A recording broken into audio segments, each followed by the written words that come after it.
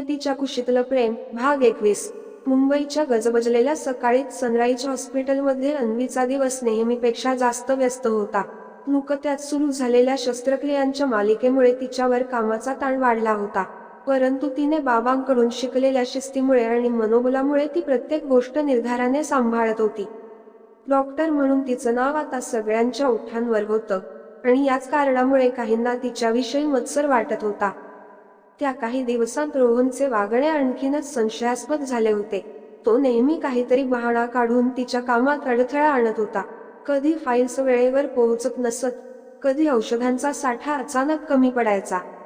सुरुवातीला अन्वीने हे योगायोग समजून दुर्लक्ष केलं, पण घटनांची वारंवारता पाहून तिला जाणवू लागलं की हे सर्व पूर्वनियोजित आहे. तरी सुद्धा तिने शांतता सोडली नाही. तिचा विश्वास होता की संयमाने आणि एकाग्रतेने प्रत्येक कटावर मात करता येते.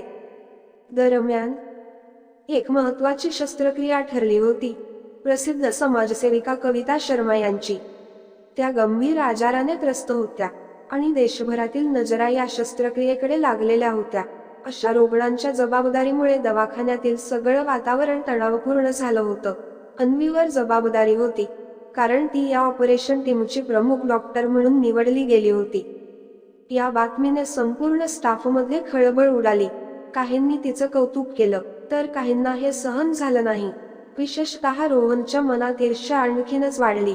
त्याला वाटत होतं की ही संधी त्याच्या हातून गेली. त्यामुळे त्याने परत एकदा अन्वीला स्थिर करण्याचा प्रयत्न सुरू केला. ऑपरेशनच्या आधी काही महत्त्वाच्या कागदपत्रांत बदल करून तो परिस्थिती गोंधळवून टाकणार होता. अन्वीला या सगळ्या हालचालींची काहीशी चाहूल लागली होती, पण ती जाहीरपणे त्याच्यावर आरोप करत नव्हती. तिच्या नजरेत एकच ध्येय होतं, कविताची शस्त्रक्रिया यशस्वीपणे पूर्ण करणे. त्यामुळे ती रात्री उशिरापर्यंत रुग्णाच्या रिपोर्ट्स तपासत होती, प्रत्येक तपशील लक्षात ठेवत होती. तिच्या मेहनतीने इतर काही सहकाऱ्यांमध्ये आदर वाढत होता. शस्त्रक्रियेच्या आदल्या दिवशी वातावरण अधिकच दडपण आणणारं झालं. हॉस्पिटलमध्ये पत्रकारांची गर्दी होती. अनेक मोठे उद्योगपती आणि राजकीय व्यक्ती भेट देत होते. अशा वेळी कोणतीही छोटीशी चूक झाली तरी ती थेट अन्वीच्या नावावर जाणार होती. तिला हे ठाऊक होतं, पण तिचा आत्मविश्वास डळमळीत झाला नाही. त्या रात्री मात्र तिला थोडीशी अस्वस्थता जाणवली. भूतकाळातील काही आठवणी पुन्हा मनात डोकावू लागल्या. ही जबाबदारी मी पार पाडू शकेन ना, असा प्रश्न तिच्या मनात आला. पण लगेचच तिने स्वतःला सावरलं. तिच्यासाठी ही केवळ डॉक्टर म्हणून नाही, तर एक स्त्री म्हणूनही स्वतःला सिद्ध करण्याची वेळ होती. दुसऱ्या दिवशी पहाटेपासूनच हॉस्पिटलमध्ये गडबड सुरू झाली. ऑपरेशन थिएटरची तयारी जोरात सुरू होती. अन्वीने आपल्या टीमसोबत प्रत्येक गोष्ट तपासून घेतली. औषधे, यंत्रसामग्री, फाईल्स, सर्व काही व्यवस्थित आहे की नाही याची खात्री केली. पण तरीही तिच्या मनात कुठेतरी संशय दाटून राहिला होता की कोणीतरी अडथळा आणणार आहे. रोहन मात्र त्या दिवशी खास आत्मविश्वासात दिसत होता. तो सतत वेगवेगळ्या विभागात फिरत होता. इतरांना ते सामान्य वाटत असलं तरी अन्वीच्या डोळ्यात मात्र त्याची घाईगडबड नजरेत भरत होती. तिने ठरवलं, काहीही झालं तरी आपलं काम कुठेही ढळू देणार नाही. आणि अखेर तो क्षण जवळ आला. कविता शर्मा ऑपरेशन थिएटरमध्ये आणल्या गेल्या. हॉस्पिटलच्या कॉरिडॉरमध्ये शांतता पसरली. बाहेर पत्रकारांचा गोंगाट होता, पण आज सर्वांच्या नजरा अन्वीवर खिळल्या होत्या. तिच्यासाठी हा क्षण आयुष्य बदलणारा ठरू शकणार होता. कविता शर्माची सर्जरी सुरू झाली होती. ऑपरेशन थिएटरमध्ये प्रखर पांढरा प्रकाश पसरला होता. डॉक्टरांच्या टीममध्ये प्रत्येकाची जबाबदारी ठरलेली होती. अन्वी मास्क घालून संपूर्ण एकाग्रतेने उभी होती. तिच्या हातातल्या हालचालींमध्ये आत्मविश्वास दिसत होता, पण तिच्या मनाच्या एका कोपऱ्यात रोहनची उपस्थिती सतत टोचत होती. स्कॅल्पेल, तिने शांतपणे सांगितले आणि सहाय्यकाने तत्काळ तिच्या हातात साधन दिलं. क्षणोक्षणाला वेळ निसटत होता. प्रत्येक पाऊल अत्यंत महत्त्वाचं होतं. सुरुवातीचे काही टप्पे सुरळीत पार पडले, पण अचानक मॉनिटरवर कविता शर्माचे बीपी खाली जाऊ लागले. खोलीत तणाव पसरला. डॉक्टर, पेशंटचा बीपी ड्रॉप होत आहे, सहाय्यकाने घाबरून सांगितले. रोहन तत्काळ पुढे सरसावला. मी म्हणालोच होतो, ही रिस्क आहे.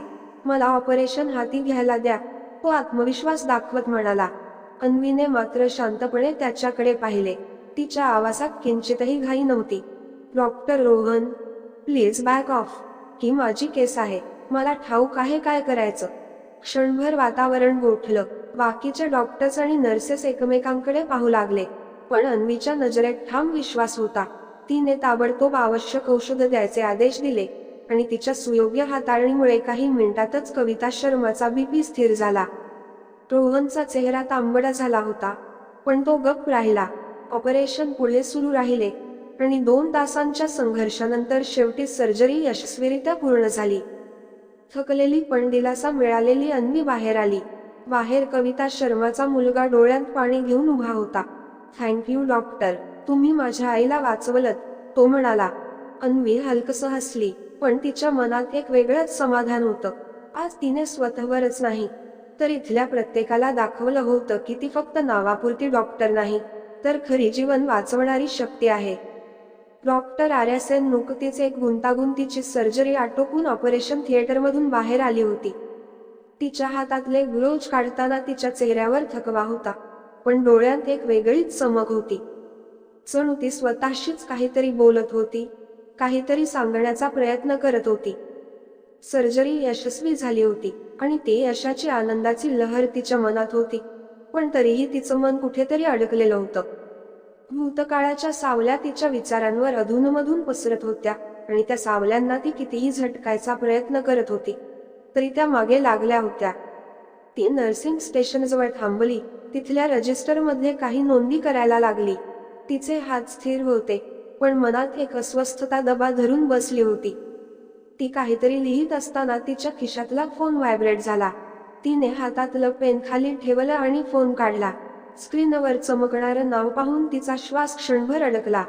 अर्जुन, आता का? तिच्या मनात विचारांचा झंकार उमटला. सकाळी नाही, रात्री नाही, नेमक्या दुपारी का? तिच्या हृदयाचे ठोके वाढले. ती एका क्षणासाठी थबकली. जणू त्या नावामागच्या आठवणींनी तिला पुन्हा त्या काळात खेचलं होतं, जिथे सगळं होतं आणि तरीही काहीच नव्हतं. त्या रात्रीच्या आठवणी, ज्या तिने मनात खोल दडवून ठेवल्या होत्या, पुन्हा जाग्या झाल्या. त्या रात्री जेव्हा ती अन्वी होती, एक साधी स्वप्नाळू मुलगी, आणि मग ती रात्र जिथे सगळं कोसळलं. ती आता अन्वी नव्हती, ती डॉक्टर आर्या सेन होती. एक यशस्वी सर्जन, एक आई आणि एक स्त्री जी स्वतःला पुन्हा उभी करायला शिकली होती. तिने स्वतःला सावरलं. नाही, आता नाही, ती मनात म्हणाली. मी आता ती कमजोर अन्वी नाही, मी आर्या आहे. तिने डोळे बंद केले, एक दीर्घ श्वास घेतला आणि हळूच कॉल उचलला. हॅलो. तिचा आवाज शांत होता, पण त्यात एक तणाव लपला होता. ती जाणूनबुजून तिच्या भावनांना आवर घालत होती, जणू त्या शब्दांमागे लपलेल्या आठवणींना बाहेर येण्यापासून रोखत होती. दुसऱ्या बाजूला काही क्षण शांतता, फक्त दोघांचा श्वास ऐकू येत होता, जणू दोघी काही बोलण्याआधी एकमेकांना जाणून घेत होते. मग अर्जुनचा आवाज आला, थोडा घाईचा, थोडा अपराधी. आर्या, मला तुला भेटायचं आहे, खूप बोलायचं आहे. आर्याचा श्वास पुन्हा अडखळला. तिने डोळे बंद केले आणि त्या क्षणी तिच्या मनात अन्वीच्या आठवणींनी पुन्हा हात पकडला. त्या रात्रीच्या आठवणी, जेव्हा अर्जुन तिच्यासमोर उभा होता. त्याच्या डोळ्यात प्रेम होतं, पण त्याचबरोबर एक असहायता होती. ती अन्वी होती, पण आता ती डॉक्टर आर्या सेन होती. एक नवं आयुष्य, नवं नाव, नवं व्यक्तिमत्व. पण अर्जुनच्या आवाजात ती जुनीच अन्वी जागी झाली. आत्ता, दुपारी? तिने विचारलं. तिचा आवाज स्थिर होता, पण आतून ती हलली होती. ती जाणीवपूर्वक शांत राहायचा प्रयत्न करत होती, जणू त्या शब्दांमागे तिचं खरं मन लपवत होती. हो. अर्जुनचा आवाज कातरला. शक्य असेल तर मला आता जास्त थांबवता येणार नाही स्वतःला. आर्या थोडं थांबली. तिच्या मनात विचारांचं वादळ उठलं होतं, पण तिने त्या सगळ्या विचारांना बाजूला सारलं. ती आता डॉक्टर आर्या सेन होती, एक स्त्री जी परिस्थितीवर नियंत्रण ठेवायला शिकली होती. ठीक आहे, ती म्हणाली. तिचा आवाज ठाम होता. संध्याकाळी 5 वाजता आपण भेटू. कॉल संपला. आर्याने फोन खाली ठेवला आणि नर्सिंग स्टेशनच्या टेबलवर हात टेकवला. तिचे डोळे कॉरिडॉरच्या पांढऱ्या भिंतींकडे लागले, पण ती पाहत होती त्या भूतकाळातल्या रात्री, ज्या रात्री सगळं बदललं होतं. तिच्या डोळ्यात पाणी तरळलं, पण तिने ते लपवलं. ती आता कमजोर नव्हती, ती स्वतःला सावरायला शिकली होती. अर्जुनच्या हातात फोन अजूनही होता, जणू तो कॉल संपल्याचं मानायलाच तयार नव्हता. त्याच्या मनात विचारांचा महापूर उसळला होता. शेवटी तिने वेळ दिला. तो स्वतःशीच पुटपुटला, संध्याकाळी 5 वाजता. म्हणजे अजून काही तास आहेत. पण हे तास कसे काढू? त्याचा आवाज जेव्हा आर्याच्या कानात घुमला तेव्हा ती एका क्षणासाठी थबकली. त्या आवाजात एक वेगळीच ताकद होती, पण त्याचबरोबर एक अपराधीपणा, एक हतबलता. ती त्याला ओळखत होती, त्या अर्जुनला, जो स्वतःला दोष देत होता. त्या रात्री जे घडल त्यात त्याचा पूर्णतः दोष पण नव्हता. पण आता जो तिच्या आयुष्यात पुन्हा यायचा प्रयत्न करत होता. अर्जुन, ती म्हणाली. तिचा आवाज शांत होता, पण त्यात एक तीव्रता होती. तुला मला भेटायचं आहे, ठीक आहे. पण का? काय बोलायचं आहे तुला? अर्जुनला तिच्या प्रश्नाने गडबडायला झालं. त्याला माहिती होतं की त्याच्याकडे उत्तर आहे, पण ते शब्दांत मांडणं कठीण होतं. आर्या, मला अन्वीबद्दल बोलायचं आहे, तो अडखळत म्हणाला. मला माहिती आहे तुला तिच्याबद्दल काहीतरी माहिती आहे, आणि मला ती माहिती हवी आहे. ती कुठे आहे? ती ठीक आहे का? आर्याच्या हृदयात एक कळ आली. अन्वी, त्या नावाने तिचं सगळं आयुष्य पुन्हा जागं झालं. ती अन्वी होती, पण ती अन्वी नव्हती. ती डॉक्टर आर्या सेन होती, आणि तिने तिचं भूतकाळ मागे सोडलं होतं. पण अर्जुनच्या आवाजात ती अन्वी पुन्हा जिवंत झाली. अन्वी, ती हळूच म्हणाली, जणू त्या नावाचा उच्चार तिच्यासाठीही अनपेक्षित होता.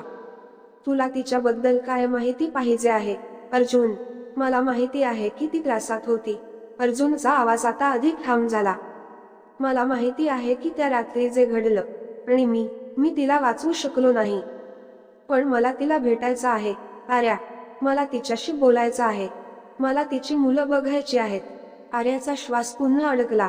मुलं, त्या शब्दाने तिचं हृदय धडधडलं. तिची मुलं, ती 2 छोटे स्वप्न, जी तिने एकटीनं सांभाळली होती. पण तिने स्वतःला सावरलं. अर्जुन, ती म्हणाली. तिचा आवाज आता अधिक ठाम होता. तू खूप घाई करतो आहेस. तुला भेटायचं आहे, ठीक आहे. पण मी सध्या हॉस्पिटलमध्ये आहे. मला काम आहे. संध्याकाळी 5 वाजता भेटू, आणि मग आपण बोलू. अर्जुनला तिच्या शब्दांनी काहीसा दिलासा मिळाला, पण त्याचबरोबर एक अस्वस्थता जाणवली. तिच्या आवाजात एक दुरावा होता, जणू ते त्याला पूर्णपणे विश्वासात घेत नव्हती. ठीक आहे आर्या, तो म्हणाला. मी वाट पाहीन, पण तू येशील ना? हो, ती म्हणाली. आणि कॉल संपला, आणि अर्जुनने फोन हळूच खिशात ठेवला. तो एका मोठ्या चित्रपटाच्या शूटिंग सेटवर होता, पण त्याचं मन कुठेतरी हरवलं होतं. त्याच्या डोळ्यासमोर अन्वीचा चेहरा तरळत होता. त्याने तिला सीसीटीव्ही फुटेजमध्ये पाहिलं होतं. त्याला त्या रात्रीचा दोष स्वतःवर घ्यायचा होता, पण खरं तर परिस्थिती त्याच्या हातात नव्हती. तरीही तो स्वतःला माफ करू शकत नव्हता. तो खिडकीजवळ उभा राहिला आणि बाहेर पाहिलं. बाहेर कडक ऊन होतं, पण त्याच्या मनात एक थंडगार अंधार पसरला होता. अन्वी, तो स्वतःशीच पुटपुटला. तू कुठे आहेस?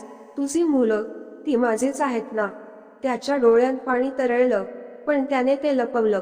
त्याला माहिती होतं की आजची भेट त्याच्या आयुष्याला एक नवी दिशा देऊ शकते, आणि म्हणूनच तो आर्याला भेटायला उत्सुक होता. त्याच्या मनात विचारांचा गोंधळ होता. एकीकडे त्याला वाटत होतं की आर्याकडे अन्वीबद्दल काहीतरी माहिती आहे, आणि ती त्याला सांगेल. पण दुसरीकडे त्याला भीती वाटत होती. जर ती माहिती त्याला सहन न झाली तर? जर अन्वीने त्याला स्वीकारलं नाही तर? त्याच्या मनात 2 आवाज सतत भांडत होते. एक आवाज म्हणत होता, तू उशीर केलास अर्जुन, आता ती तुला कधीच स्वीकारणार नाही. आणि दुसरा आवाज म्हणत होता, पण तू प्रयत्न तरी करायलाच हवास, तिला आधार द्यायलाच हवास. या विचारांनी त्याचं मन अस्वस्थ झालं. त्याला आठवत होतं ती रात्र, जेव्हा त्याने अन्वीला शेवटचं पाहिलं होतं. तिच्या डोळ्यांतलं दुःख, ती असहाय्यता, आणि तरीही तिची ताकद, त्या सगळ्याने त्याला आतून पोखरलं होतं. तो तिला वाचवू शकला नव्हता, आणि त्याचा अपराधीपणा त्याला रोज सतावत होता. पण आता त्याला एक संधी मिळाली होती, आर्याशी बोलण्याची, अन्वीपर्यंत पोहोचण्याची. शूटिंग सेटवर चैतन्य होतं. एका भव्य बंगल्याचं लोकेशन, कॅमेरे, लाईट्स आणि असिस्टंट्सची धावपळ यामुळे सेट जणू एक वेगळंच जग बनलं होतं. बाहेर कडक ऊन होतं, पण आत कॅमेऱ्याच्या प्रकाशात एक नवं जग तयार झालं होतं. दिग्दर्शकाच्या ॲक्शनच्या हाकेने सगळे सज्ज झाले. पण अर्जुनचं मन कुठेतरी हरवलं होतं. त्याला डायलॉग बोलायचा होता, पण त्याचं लक्ष वारंवार आर्याच्या त्या शब्दांकडे खेचलं जात होतं. संध्याकाळी 5 वाजता त्याचा डायलॉग अडखळला आणि दिग्दर्शकाने चिडून रिटेक सांगितला. अर्जुन, काय झालंय? तुझं लक्ष कुठे आहे? दिग्दर्शकाचा आवाज तीक्ष्ण होता. सॉरी सर, अर्जुनने हात जोडले. पण त्याचं मन सेटवर नव्हतं.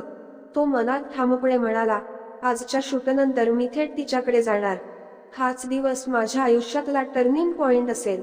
सेटवरच्या इतर कलाकार आणि क्रू मेंबर्सनी त्याच्याकडे कुतूहलाने पाहिलं.